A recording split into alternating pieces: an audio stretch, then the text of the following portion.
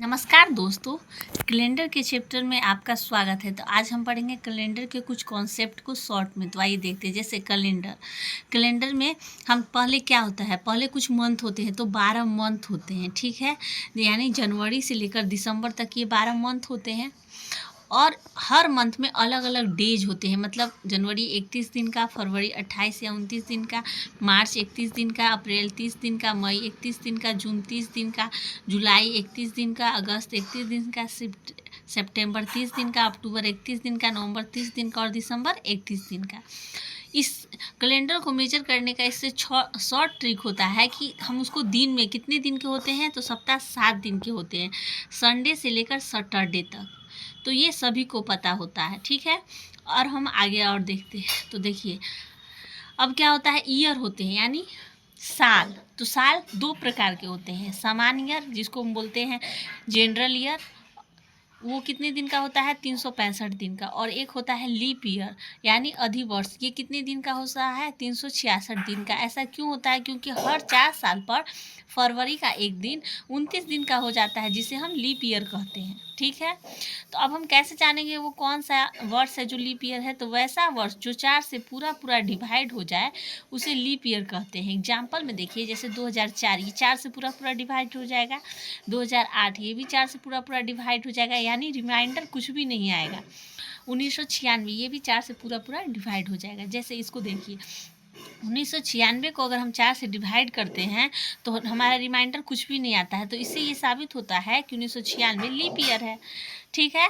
अब देखिए शताब्दी वर्ष, इसमें ही कॉन्सेप्ट है कि शताब्दी वर्ष 400 से डिवाइड होता है ना, वैसा वर्ष जिसके लास्ट डिजिट में 0 लगा हो, जैसे 100वां साल, 200वां साल, 1900 साल, ये लीप ईयर है। लेकिन इसको 4 से नहीं 400 से डिवाइड होना पड़ता है, ठीक है।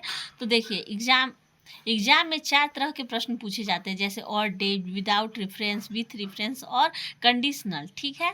तो आइए देखते हैं आज और डेज के बारे में। तो और डेज को हम कैसे जानेंगे, तो देखिए क्वेश्चन कैसे एग्जाम में पूछे जाते हैं। जैसे 10 दिनों में कितने और डेज हैं, यानी और डेज का मतलब होता है विषम दिन, कितने होते हैं। तो देखिए जैसे 10 दिन है तो 10 दिन में पूछ रहा है कि और डेज का क्या कॉन्सेप्ट है कि हफ्ते में 7 दिन होते हैं, तो वो हफ्ते को अलग कीजिए और उससे जो अलग हो गया वो हमारा और डेज हो जाएगा। तो जैसे 10 दिन है तो 10 दिन को हम 7 से डिवाइड करते हैं, तो हमारा देखिए इसको 7 से डिवाइड करते हैं तो 10 को 7 से डिवाइड करेंगे तो रिमाइंडर हमारा 3 आता है। तो जो शेषफल आता है 3, वही हमारा ऑड डेज हो जाता है, ठीक है। जो शेषफल आएगा, यहाँ ध्यान देना है कि जब भी हम 7 से डिवाइड करेंगे तो हम शेषफल देखेंगे, तो शेषफल हमारा क्या आएगा, 3 आ जाएगा। तो यही हमारा विषम दिन यानी ऑड डेज हो जाएगा। फिर क्वेश्चन पूछे जाते हैं कि जनवरी में कितने ऑड डेज होते हैं। तो देखिए जनवरी 31 दिन का होता है, ये हमें पता है। तो क्या करेंगे हम, यहाँ जनवरी को 7 से डिवाइड करेंगे तो हमारा 4 आया, लेकिन हमको यहाँ भागफल नहीं देखना, ये गलत हो जाएगा। हमको क्या देखना है, रिमाइंडर, शेषफल। तो ये हमारा 3 आया, यानी जनवरी में 3 और डेज होते हैं। इसी तरह देखिए क्वेश्चन पूछे जाते हैं, मतलब पहले जो एग्ज़ाम हुआ उसमें ये क्वेश्चन पूछा गया है कि जनवरी से जून महीने तक कितने और डेज होंगे। तो इसको क्या करेंगे, देखिए जनवरी 31 दिन का तो 31/7 करेंगे तो रिमाइंडर यानी शेषफल 3 आ जाएगा। तो हम डायरेक्ट ही लिख दिए ताकि हमको शॉर्ट में जोड़ने में आसानी हो जाए। 31/7 कीजिएगा तो शेषफल 3 आएगा। फरवरी 28 या 29 दिन का होता है, लेकिन इसमें मेजर नहीं किया गया कि वो लीप ईयर है कि जनरल ईयर, तो हम 0-1 लिखेंगे, ठीक है। फिर जून मार्च देखिए हमारा कितने दिन का होता है, तो मार्च 31 दिन का, तो 3 रिमाइंडर आएगा, 7 से डिवाइड करेंगे तो। अप्रैल हमारा 30 दिन का होता है तो 2 शेषफल आएगा। मई हमारा 31 दिन का होता है तो 3 शेषफल आएगा। और जून हमारा 31 दिन का होता है तो जून हमारा कितने दिन का होता है, सॉरी 30 दिन का होता है, तो 2 रिमाइंडर आएगा। अगर हम सभी को ऐड करते हैं तो अगर एक को छोड़ते हैं तो 13 आएगा और एक को जोड़ते हैं तो 14 आएगा, यानी जनवरी से लेकर जून तक महीने में 13 या 14 और डेज होंगे। तो इस ऑप्शन के अकॉर्डिंग 13 या 14 यानी 13 और 14 दिया गया है ए और बी में, तो हम यहाँ क्या लिखेंगे, आंसर क्या लगाएंगे, या तो ये ए या बी, ठीक है। अब इसी तरह क्वेश्चन आते हैं एग्जाम में कि 156 दिनों में कितने और डेज होते हैं। तो क्या करेंगे, 156 लिखेंगे, 156 को क्या करेंगे, 7 से डिवाइड करेंगे। जब डिवाइड करेंगे तो हमारा रिमाइंडर यानी शेषफल 2 आएगा। तो 56 दिनों में 2 और डेज होते हैं, ठीक है।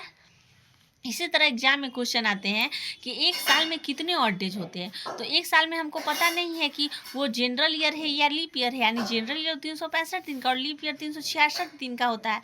तो हम 365 मतलब वो ऑप्शन के अकॉर्डिंग हमको आंसर देना पड़ता है, ठीक है। तो देखिए 365 दिन है तो इसको हम 7 से डिवाइड करेंगे तो हमारा रिमाइंडर यानी शेषफल 1 आता है, और 366 को 7 से डिवाइड करेंगे तो रिमाइंडर हमारा 2 आता है। यानी जनरल ईयर में एक साल में एक ऑड डेज होंगे और लीप ईयर में एक साल में हमारे 2 ऑड डेज होंगे, ठीक है। आई होप आप लोग को समझ में आ रहा होगा। इसी तरह देखिए हमसे पूछ दिया जाए कि 45 साल में, क्वेश्चन आता है कि 45 साल में कितने ऑड डेज होते हैं। तो हमको तो पता नहीं कि 45 साल में कुछ लीप ईयर होंगे, कुछ जनरल ईयर होंगे। तो हम क्या करेंगे, यहाँ 45 को 4 से डिवाइड करेंगे। तो हमारा यहाँ 4 से जब भी डिवाइड करेंगे तो ये ध्यान रखना है कि हमको भागफल देखना है। तो भागफल हमारा कितना आ रहा है 11। तो 11 अगर हम 45 में से 11 को माइनस करते हैं तो 34 हमारा जनरल ईयर आ जाता है। तो पीछे हमने पढ़ा है कि एक जनरल ईयर में एक ऑड डेज, तो इसको 1 से मल्टीप्लाई कर देंगे, और एक लीप ईयर में 2 ऑड डेज, तो 2 से हम इसको क्या करेंगे, मल्टीप्लाई कर देंगे, दोनों को ऐड करेंगे तो हमारा 56 दिन आता है, जिसको हम 7 से डिवाइड करेंगे तो हमारा रिमाइंडर 0 आता है। यानी 45 साल में 0 ऑड डेज होंगे। इसी तरह हमसे पूछ दिया जाता है कि 100 साल में कितने ऑड डेज होते हैं। तो हमको तो पता नहीं है, 100 साल में भी कुछ लीप ईयर आएंगे, कुछ जनरल ईयर आएंगे, लेकिन यहाँ ध्यान रखना है ये शताब्दी वर्ष है। 100 साल यानी शताब्दी वर्ष, इसको 4 से नहीं 400 से डिवाइड होना। लेकिन क्या 100 कभी भी 400 से डिवाइड होगा? नहीं। तो हम इसको 99 मानकर 4 से डिवाइड करेंगे, ठीक है।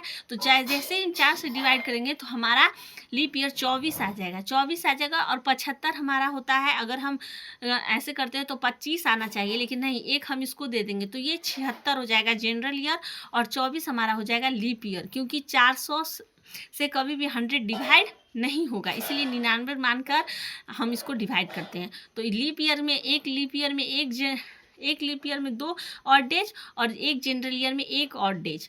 तो इसको मल्टीप्लाई करके हम ऐड करेंगे तो 124 दिन आते हैं, जिसको हम 7 से डिवाइड करेंगे तो 17 सप्ताह और 5 दिन होते हैं। तो ये जो 5 दिन अलग आया यही हमारा ऑड डेज हो गया।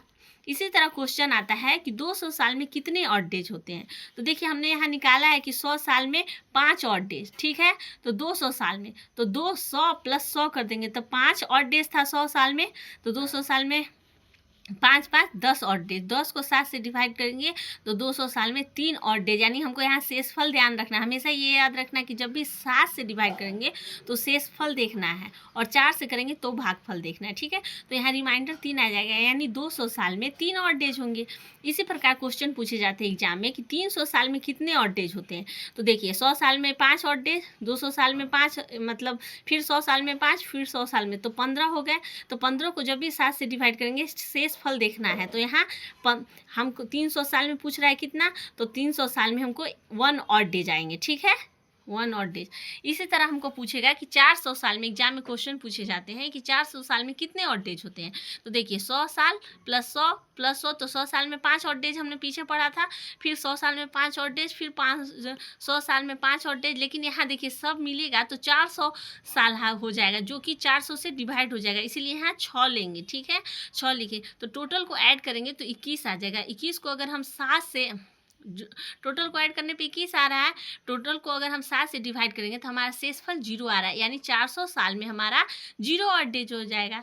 तो ये हमारा ऑड डेज का कॉन्सेप्ट खत्म हो चुका है। अब हम आगे पढ़ेंगे विदाउट रेफरेंस के बारे में।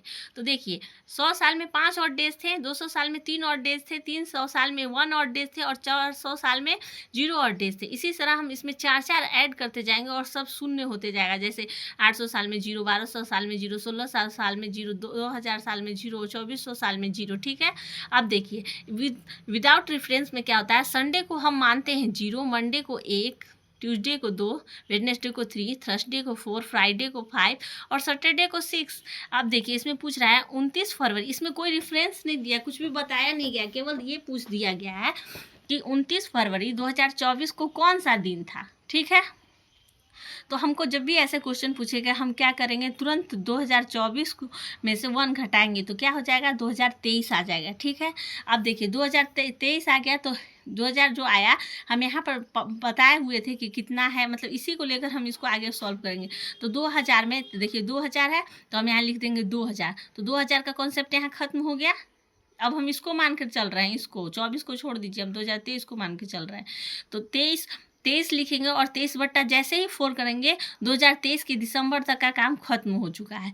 अब हम जनवरी में जाएंगे तो जनवरी का 31 दिन और फरवरी का ये लीप ईयर है तो ये 29 दिन का हो गया, तो फरवरी का 29 दिन। ठीक है, अब क्या करेंगे, देखिए 2000 का कोड कितना है, 0, तो यहाँ लिखेंगे 0। 23 का 23 बट्टा 4 करेंगे तो भागफल, देखिए 23 बट्टा 4 किए तो भागफल हमको देखना है 5 आया, तो यहाँ कोड इसको करेंगे 5 प्लस जनवरी का 31 दिन में 7 से डिवाइड करेंगे तो हमारा शेषफल 31 दिन को हम 7 से डिवाइड करेंगे तो हमारा रिमाइंडर मतलब शेषफल 3 आएगा, तो हम यहाँ 3 लिखेंगे। और फरवरी को करेंगे तो कट जाएगा पूरी 7 चौक 28, तो शेषफल 1 आएगा तो 1 लिखेंगे। सबको ऐड करके फिर 7 से डिवाइड कर देंगे, तो 7 से डिवाइड करेंगे तो हमारा क्या आएगा 4। शेषफल यहाँ देखना है क्योंकि 7 से डिवाइड किया, तो 4 का मतलब क्या था, हम आगे पढ़े थे, 4 का मतलब गुरुवार, यानी 29 फरवरी 2024 को गुरुवार का दिन था। इसी तरह नेक्स्ट हम देखते हैं, जैसे हमसे पूछ दिया जाए कि 9 मार्च 1991 को कौन सा दिन था। ठीक है, ये क्वेश्चन है हमारा, तो इसको कैसे सॉल्व करेंगे, तो तुरंत इसमें से 1 माइनस करेंगे, जैसे ही माइनस करेंगे 1990 आ जाएगा। अब देखिए 1990 आ गया तो इसको हम कैसे लिखेंगे, तो यहाँ हम बताए थे, देखिए 1600 है ना, तो क्या करेंगे 1600 में इसका कोड क्या है 0। ठीक है, और डेज 0 आए हैं तो 1600 यहाँ लिखेंगे। 16 के 100 के बाद इसमें कितना, इसको हमको 1900 पुराना, 16 के बाद 3 जोड़ेंगे तो 17 18 1900 आ गया। फिर 1900 के बाद 1990 प्लस 90 बट्टा 4, जैसे ये 1990 की दिसंबर तक का काम खत्म हो चुका है। अब हम जनवरी में जाएंगे तो जनवरी का 31 दिन, फरवरी देखिए हमारा कितना है 91, हमारा जनरल ईयर है तो 28 दिन लेंगे, और मार्च के 9 तारीख ही पूछा है इसलिए हम 9 ही दिन लेंगे, तो यहाँ 9 लिखेंगे। अब क्या करेंगे, 1600 का कोड हमने बताया था ऊपर कि 0 होता है 1600 का कोड, तो 0, 300 में एक और डे जाते हैं तो 1, और 90 का यहाँ देखिए बताया गया है 1600 का कोड 0, ठीक है, और 300 का कोड 1, तो ये इसी को यहाँ लिए हैं 0 और 1। ठीक है, 90 का 90 लिखेंगे, 90 बटा 4 करेंगे तो भागफल हमारा आएगा 22, क्योंकि 4 से जब भी डिवाइड करेंगे तो हमको भागफल देखना है, तो 22 आएगा। जनवरी को 31 बटा 7 करेंगे तो शेषफल 3, और फरवरी को 7 से करेंगे तो रिमाइंडर यानी शेषफल 0 और 9, इस सबको ऐड करेंगे। जब सबको ऐड करेंगे तो कितना आएगा 125 बटा 7, 125 बटा 7 करेंगे तो डिवाइड करेंगे और भागा देंगे तो शेषफल हमारा 6 आएगा। 6 का मतलब क्या है, तो संडे का मतलब 0, मंडे का मतलब 1, ट्यूसडे का मतलब 2, वेडनेसडे का मतलब 3, थर्सडे का मतलब 4, फ्राइडे का मतलब 5 और सैटरडे का मतलब 6, यानी 6 शनिवार है। तो यहाँ आंसर क्या आ जाएगा, शनिवार, यानी 9 मार्च 1991 को कौन सा दिन था, शनिवार था। तो ये हमारा है विदाउट रेफरेंस के बारे में। अब हम चलते हैं विथ रेफरेंस के बारे में। ठीक है, विथ रेफरेंस मतलब इसमें बता दिया जाता है कि ये दिन इस दिन था तो नेक्स्ट डे कौन सा होगा। जैसे यदि 18 अगस्त 2011 को बुधवार है, ठीक है, बुधवार है, तो क्वेश्चन है कि 18 नवंबर 2001 को कौन सा दिन होगा। ठीक है, ये क्वेश्चन है हमारा। ठीक है, तो अब देखिए अगस्त का जो मंथ होता है उसमें 18 दिन तक हम आ चुके हैं। ठीक है, तो इसके बाद जितना दिन बचा, तो अगस्त के बाद कितने दिन का है, अगस्त कितने दिन का होता है, 31 दिन का। तो 31 दिन का अगस्त होता है, तो 31 दिन में से हम क्या करेंगे 18 दिन माइनस कर देंगे तो 13 दिन बच गया। ठीक है, अगस्त के बाद हमको कहाँ तक जाना है, 18 नवंबर तक। तो अगस्त के बाद सितंबर का दिन आएगा 30 डे, अक्टूबर का आएगा 31, और नवंबर के 18 दिन तक ही जाना है, यानी जितना दिन इसमें से बच गया उतना दिन लेंगे, और जहाँ तक जाना है यानी डेट जो है 18, तो 18 तक ही, तो यहाँ 18 लिखेंगे। ठीक है, इस सभी को हम ऐड करेंगे तो 92 आएगा। जैसे ही 92 आएगा इसको 7 से डिवाइड करेंगे, 7 से जैसे ही डिवाइड करेंगे तो हमारा शेषफल 1 आ गया। अब देखिए क्या करना है, यहाँ ये कॉन्सेप्ट नहीं चलेगा कि संडे का मतलब 0 और मंडे का मतलब 1। यहाँ क्या है, बुधवार में प्लस 1 करेंगे तो मंगलवार आ जाएगा, यानी 18 नवंबर 2001 को मंगलवार का दिन था। ये विथ रेफरेंस का क्वेश्चन है जो एग्जाम में पूछे जाते हैं, ठीक है। इसी तरह क्वेश्चन पूछा जाता है कि यदि 23 जुलाई 1983 को मंगलवार है तो 23 जुलाई 1984 का कौन सा दिन होगा। देखिए इसमें साल चेंज हो गया, उसमें साल सेम था 2011 से 1 से 2001, लेकिन इसमें साल चेंज हो गया, लेकिन मंथ और डेट एक ही है, ठीक है। इसमें साल चेंज हो गया, तो अब इसमें 1983 से 1984 जाने में हम देखेंगे कि कुछ लीप ईयर आएगा और कुछ जनरल ईयर आएगा, ठीक है।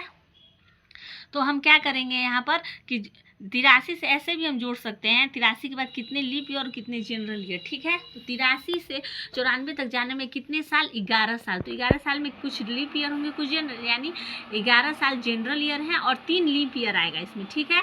तो हम 3 लिखेंगे और दोनों को ऐड करेंगे, ठीक है। जैसे ही ऐड करेंगे तो 14/7 कर देंगे, ऐड करेंगे तो 14 आएगा, 3 1 4 आए 1 14, तो हमारा क्या आएगा, रिमाइंडर 0 आएगा, क्योंकि वो पूरा पूरा कट जाएगा, ठीक है।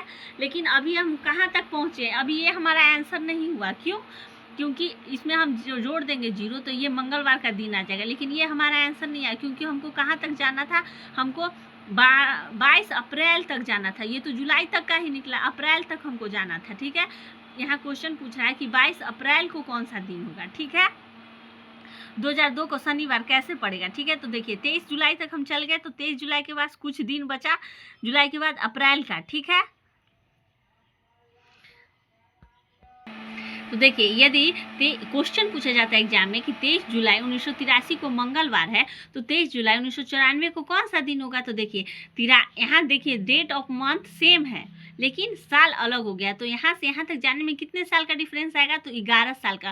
तो 11 साल जनरल ईयर हमारा हो जाएगा, और कितने लीप ईयर इसके बीच में आएंगे, तो 3 लीप ईयर आएंगे। दोनों को जोड़ेंगे तो 14 आएगा, 14/7 करेंगे तो रिमाइंडर हमारा 0 आएगा। जैसे ही मंगलवार में हम 0 ऐड करेंगे तो मंगलवार के बाद 0 आएगा, तो क्या होगा, मंगलवार ही हो जाएगा, यही हमारा आंसर हो जाएगा। नेक्स्ट क्वेश्चन देखिए कैसे एग्जाम में पूछे जाते हैं। जैसे 12 अप्रैल 2002 को शनिवार है, ठीक है। तो नेक्स्ट क्वेश्चन है कि 22 अप्रैल 2002 को शनिवार है, तो 18 जून 2012 को कौन सा दिन होगा। 18 जुलाई, यहाँ देखिए क्या है, मंथ और महीना, डेट और साल सब चेंज हो चुके हैं, कुछ भी एक जैसा नहीं है, ठीक है, सभी चेंज हो गए हैं।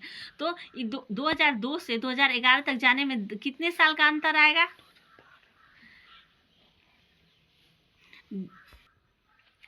22 अप्रैल। नेक्स्ट क्वेश्चन देखिए क्या है, 22 अप्रैल 2002 को शनिवार है, ठीक है। ये क्वेश्चन है, यहाँ तक क्वेश्चन है, शनिवार है, तो 18 जुलाई 2012 को कौन सा दिन होगा। तो यहाँ देखिए डेट अलग हो गया है, मंथ भी अलग हो गया है, ठीक है, और साल भी चेंज हो गया है, टोटल चीज़ सब कुछ चेंज हो गया, यानी जज्बात चेंज हो गए हैं, सब चीज़ चेंज हो चुके हैं। तो देखिए कैसे बनाएंगे।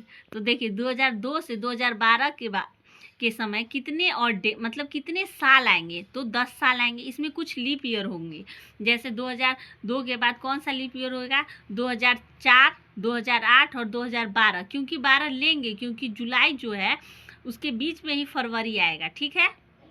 तो 3 लीप ईयर हो गए, तो 10 + 3 करेंगे तो 13 आ जाएगा, 13/7 करेंगे तो शेषफल हमारा कितना आएगा, 6। तो शनिवार में +6 जोड़ देंगे, तो शनिवार के बाद रविवार, सोमवार, मंगलवार, बुधवार, गुरुवार और शुक्रवार, यही हमारा आंसर हो जाएगा, ठीक है। लेकिन इसको आंसर अभी मानेंगे नहीं, क्यों, क्योंकि हमको तो अभी 18 जुलाई था, 18 जुलाई हमको निकालना, और अभी हम कहाँ पहुँचे हैं इसको लेकर, 18 अप्रैल तक ही, ठीक है। फिर देखिए अप्रैल का जितना दिन बीत चुका है, उसके बाद जितना दिन बचा वहाँ यहाँ लिखेंगे, अप्रैल का 8 दिन बच गया, ठीक है। फिर मई, अप्रैल के बाद मई, ठीक, मई के बाद जून का कुछ दिन, और जुलाई का कितने दिन तक जाना है, 18, तो हम लिखेंगे 18 तक ही लिखेंगे, ठीक है। और इस सब को जब ऐड करेंगे तो ये शुक्रवार हम चलेगा, ये सही है, गलत नहीं है आंसर, लेकिन ये आंसर नहीं माना जाएगा, ठीक है। जब इस सब को ऐड करेंगे तो 87/7 आ जाएगा, और 87/7 को डिवाइड करेंगे तो हमारा शेषफल 3 आएगा। अब शुक्रवार में हम 3 ऐड कर देंगे तो सोमवार आ जाएगा, ठीक है। शुक्रवार के बाद शनिवार, रविवार, सोमवार, ये हमारा आंसर हो जाएगा, ठीक है। अब देखिए ये हमारा विथ रेफरेंस का सवाल खत्म हो चुका है, इसको ध्यान से और बार बार देखिएगा, रिपीट कीजिएगा, तब आपको अच्छी से समझ में आ जाएगा। अब कुछ कंडीशनल सवाल होते हैं, जैसे यदि किसी वर्ष में जो लीप ईयर का वर्ष ना हो, का पहला दिन शुक्रवार हो तो उसी वर्ष का आखिरी दिन कौन सा होगा, यानी लीप वर्ष ना हो। तो सीधे सीधे कह रहा है कि अगर वो लीप वर्ष नहीं है तो वो जनरल वर्ष है। ठीक है, तो हमको ये कॉन्सेप्ट याद रखना पड़ेगा कि जनरल वर्ष का पहला दिन जो होता है वही आखिरी दिन होता है। यानी अगर 1 जनवरी को जो दिन होगा वही 31 दिसंबर को होगा। ठीक है, और लीप वर्ष में जब भी लीप वर्ष में पहला दिन होगा यानी 1 जनवरी जो होगा उसमें +1 कर देंगे तो आखिरी दिन आ जाएगा। ये कॉन्सेप्ट होते हैं जो हमको लर्न करना पड़ता है। नेक्स्ट देखिए, निम्न में से किस वर्ष कैलेंडर का यानी यहाँ देखिए क्या हुआ था, पहला दिन शुक्रवार है यानी जनरल वर्ष का, तो पूछ रहा है कि आखिरी दिन कौन सा होगा। तो इसमें हम एक ऐड नहीं करेंगे, तो जो पहला दिन होगा शुक्रवार वही हमारा आखिरी दिन हो जाएगा। तो आंसर हमारा क्या हो जाएगा, शुक्रवार ही, क्योंकि ये जनरल लीप ईयर ना हो यानी जनरल ईयर है। तो शुक्रवार अगर जनरल ईयर है तो 31 दिसंबर कौन सा होगा, तो वो ही शुक्रवार ही हो जाएगा यानी फ्राइडे ही हो जाएगा। ठीक है, निम्न में से देखिए, निम्न में से किस वर्ष कैलेंडर वर्ष 2008 के कैलेंडर को समान होगा। मतलब 2008 का जो कैलेंडर है उस कैलेंडर को रिपीट किस वर्ष में किया जाएगा। तो 2008 हमारा लीप वर्ष है, तो लीप वर्ष में जब भी हम +28 करते हैं यानी 2036 में वही कैलेंडर रिपीट हो जाएगा। ठीक है, इसी तरह देखिए जैसे 2012 में ये कैलेंडर 2012 का कैलेंडर कब रिपीट करेगा, तो इसमें +28 कर देंगे तो 2040 में कैलेंडर रिपीट कर जाएगा। अब नेक्स्ट क्वेश्चन देखिए, निम्न में से किस वर्ष का कैलेंडर वर्ष 2010 के कैलेंडर के समान होगा। ठीक है, मतलब 2010 में जो कैलेंडर होगा वो किस वर्ष फिर से रिपीट कर देगा। तो देखिए ये जो है जनरल ईयर है, लीप वर्ष नहीं है, तो लीप वर्ष नहीं है तो जनरल ईयर में हम क्या करते हैं +11 कर देते हैं। तो 2021 में यही कैलेंडर फिर से रिपीट कर जाएगा। ठीक है, और यहाँ कुछ कॉन्सेप्ट होते हैं जो हमको लर्न करने पड़ते हैं। जैसे लीप ईयर में +28 को हम ऐड करते हैं तो वो हमारा कैलेंडर रिपीट कर जाता है। फिर लीप ईयर +1 ईयर रहे तो क्या होता है, उसमें +6 ईयर ऐड करते हैं यानी +6 करते हैं तो वो कैलेंडर रिपीट कर जाएगा। फिर लीप ईयर +2 उसमें ऐड रहे, जैसे लीप वर्ष रहे और +2 रहे तो वो कैलेंडर में 11 ऐड करते हैं तो वो फिर रिपीट कर जाता है। इसी तरह लीप वर्ष रहे और +3 रहे तो वो 11 करते हैं तो वो फिर कैलेंडर रिपीट कर जाता है।